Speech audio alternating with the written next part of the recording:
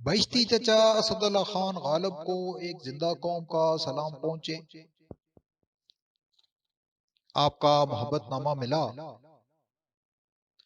اگر آپ رومن اردو میں خط لکھتے تو زیادہ مناسب ہوتا کہ ادھر آج کل یہی لینگویج چل رہی ہے۔ پرانے دور کی اردو اور فارسی کی مکسچر زبان میں تحریر کی گئی آپ کی بہت سی باتیں تو ہمارے سروں سے گزر گئیں۔ البتہ ہم نے آپ کے طنز اور تنقید کا مفہوم کافی حد تک سمجھ لیا ہے۔ اگر آپ یہاں آ کر ہم سے اس طرح کی جگت بازی کرتے تو دنیا دیکھتی کہ آپ نے کس غیور قوم کو للکارا ہے۔ ہم پر تو دنیا کا سب سے طاقتور اور منہ پھٹ شخص ٹرمپ بھی پھپتی کسنے سے گریز کرتا تھا کہ کہیں جواب میں ہم اسے صدارت سے قبل فیصل آباد میں سائیکل پر مسلح بیچنے والا ہی ثابت نہ کر دیں۔ بین الاقوامی چچا، ہماری آپ سے کچھ زیادہ شناسائی تو نہیں، اور نہ ہی ایسی بے تکلفی ہے جو آپ نے اپنے خط میں شو کرنے کی کوشش کی ہے۔ البتہ ہم اتنا ضرور جانتے ہیں کہ آپ اپنے دور کے دیوانے کہلاتے تھے۔ ہماری کچھ درسی کتابوں کے علاوہ بڈھے بابوں کی زبانی بھی دیوانے غالب کی تکرار سننے کو ملتی ہے۔ ہمیں یہ بھی معلوم ہے کہ آپ نے تمام عمر شعر و شاعری اور خطوط نویسی سے شغل فرمایا اور بدقسمتی سے کوئی بھی ڈھنگ کا کام نہ کر سکے۔ اسی لیے تو چچی غالباً گھر کے اخراجات کے سلسلے میں تنگ دست رہیں اور آپ وظیفے اور پینشن کی خاطر درباروں کی خاک چھانتے رہے۔ ان گزارشات کا مطلب خدا نخواستہ آپ کی تضحیک ہرگز نہیں، بلکہ یہ ثابت کرنا ہے کہ ہمیں آپ کی شاعری سے شغف نہ سہی مگر تاریخ کے تمام ضروری حقائق زبانی یاد ہیں۔ تاریخی حقائق کا ذکر چل نکلا ہے تو آپ کے علم میں اضافہ کر دیں کہ ہماری بیان کردہ تاریخ سن کر نہ صرف دنیا چکرا جاتی ہے بلکہ خود تاریخ کی جن لہروں کو منظور کہا جاتا ہے وہ بھی جھاگ کی طرح بیٹھ جاتی ہیں۔ اسی لیے کہا جاتا ہے کہ دنیا تاریخ سے سبق سیکھتی ہے اور ہم تاریخ کو سبق سکھاتے ہیں۔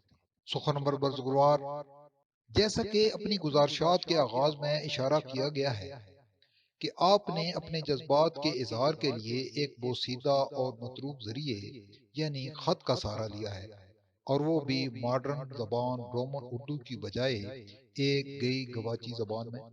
اب آپ کو کون سمجھائے کہ یہ کبوتر میل نہیں ای میل کا زمانہ ہے۔ یہ سیٹلائٹ کا عہد ہے جس میں کسی قاصد یا منت قاصد کا کوئی تصور نہیں، بلکہ واٹس ایپ پر ہر کسی کو ہر وقت براہ راست رابطہ میسر ہے۔ اگر آپ کو ان سائنسی چیزوں کی شد بدھ ہوتی تو رابطہ تیز تر اور آسان ہوتا اور آپ کو اپنی ہر بات کا نقد جواب مل جاتا کہ ہم تو ویسے بھی کسی کا ادھار رکھنے کے قائل نہیں۔ یہاں تو اب کتاب کی ورق گردانی پر بھی کوئی وقت ضائع نہیں کرتا، بلکہ اس کی جگہ تیز تر سوشل میڈیا نے لے لی ہے۔ تام اس سے مراد یہ نہیں کہ ہم لوگ ادبی ذوق سے عاری ہو گئے ہیں، بس فرق یہ پڑا ہے کہ اب یہاں خوبصورت شاعری کی جگہ خوبصورت خواتین کی شاعری نے لے لی ہے۔ آپ کا دل توڑنا مقصود نہیں، لیکن جدید دور کے تقاضوں سے آپ کو بے خبر رکھنا بھی انصاف نہ ہوگا کہ اگر فیس بک پر آپ کی پوری غزل لگا دی جائے تو بمشکل دو چار لائکس ہی آئیں گے۔ البتہ جب کوئی خوش اتوار سی شاعرہ اپنا ایک شعر بھی ٹائم لیٹ پر لگا بیٹھے تو اہل ذوق پھڑ پھڑا کر رہ جاتے ہیں اور سینکڑوں کی تعداد میں ٹھکا ٹھک لائکس اور واہ واہ سبحان اللہ کے کمنٹس برس پڑتے ہیں۔ خود آپ ہوتے تو شاعرہ کی تصویر دیکھ کر ہی بنا پڑے بے اختیار نہ صرف ایسے اشعار پر توصیفی کمنٹس دیتے بلکہ آپ کا دل ان سے اصلاح لینے کو بھی مچل جاتا۔ برسبیلی تذکرہ، آپ نے آبروئے ریختہ نامی ایک نیکی کا ذکر کیا ہے جس کے صدقے آپ بخشے گئے۔ ویسے تو ہم بحیثیت نیکوکار قوم نیکیوں میں خود کفیل ہیں، لیکن اگر آپ اپنی اس نیکی کی تفصیل بیان فرما دیں تو ہماری نیکیوں میں مزید اضافہ ہو سکتا ہے۔ قابل احترام بزرگوں، آپ نے ہمارے رویوں پر قائد اعظم کی تشویش کی آڑ میں تنقید کی ہے۔ مناسب معلوم ہوتا ہے کہ چند جامع الفاظ میں آپ دونوں کو مطمئن کر دیا جائے۔ قائد اعظم کو بتا دیجئے کہ ہم انہیں ہرگز نہیں بھولے، اور ان کے مزار پر دن رات لگنے والا رش اس بات کا کھلا ثبوت ہے۔ البتہ ہماری طرف سے ان کی خدمت میں اتنی معذرت ضرور کر دیجئے کہ آپ کے خواب کو آپ کے افکار کی روشنی میں منو تعبیر دینے میں بڑی کھباتیں تھیں۔ ہم نے بر وقت یہ خطرہ بھانپ کر آپ کی فلاحی ریاست کو دفاعی ریاست میں بدل ڈالا، اور نتیجہ آپ کے سامنے ہے کہ ہم دنیا کی باشعور قوموں کے مقابلے میں ایک غیور قوم کے طور پر اپنی پہچان بنا چکے ہیں۔ آج دنیا ہمیں شدت پسند کہے یا کچھ اور، مگر ہماری غیرت کسی بھی مسئلے پر کمپرومائز کرنے کو تیار نہیں۔ حضرت قائد کی خدمت میں یہ بھی عرض کر دیجئے کہ ہم آج تک ان کا فلسفہ آمریت دشمنی سمجھنے سے قاصر ہیں۔ اس راز کا کھوج لگانے کے لیے ہم نے 33 برس تک اس آمریت کے دشت کی سیاحت کی۔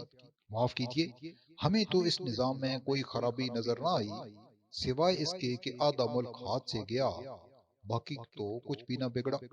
تاہم ہم نے ان کی خواہش کے احترام میں ایک مرتبہ پھر جمہوریت کی گاڑی کو رواں کر رکھا ہے۔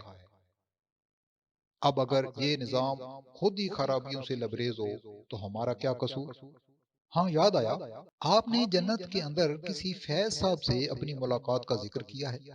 کہیں یہ میڈم نور جہان والے فیض تو نہیں کہ مجھ سے پہلی سی محبت میرے محبوب نما؟ بزرگوار سادہ، انصاف کی صحبت میں ذرا محتاط ہی رہیں تو بہتر ہے۔ یہ یہاں ایک سازش کیس میں اندر رہ چکے ہیں، آگے آپ کی مرضی۔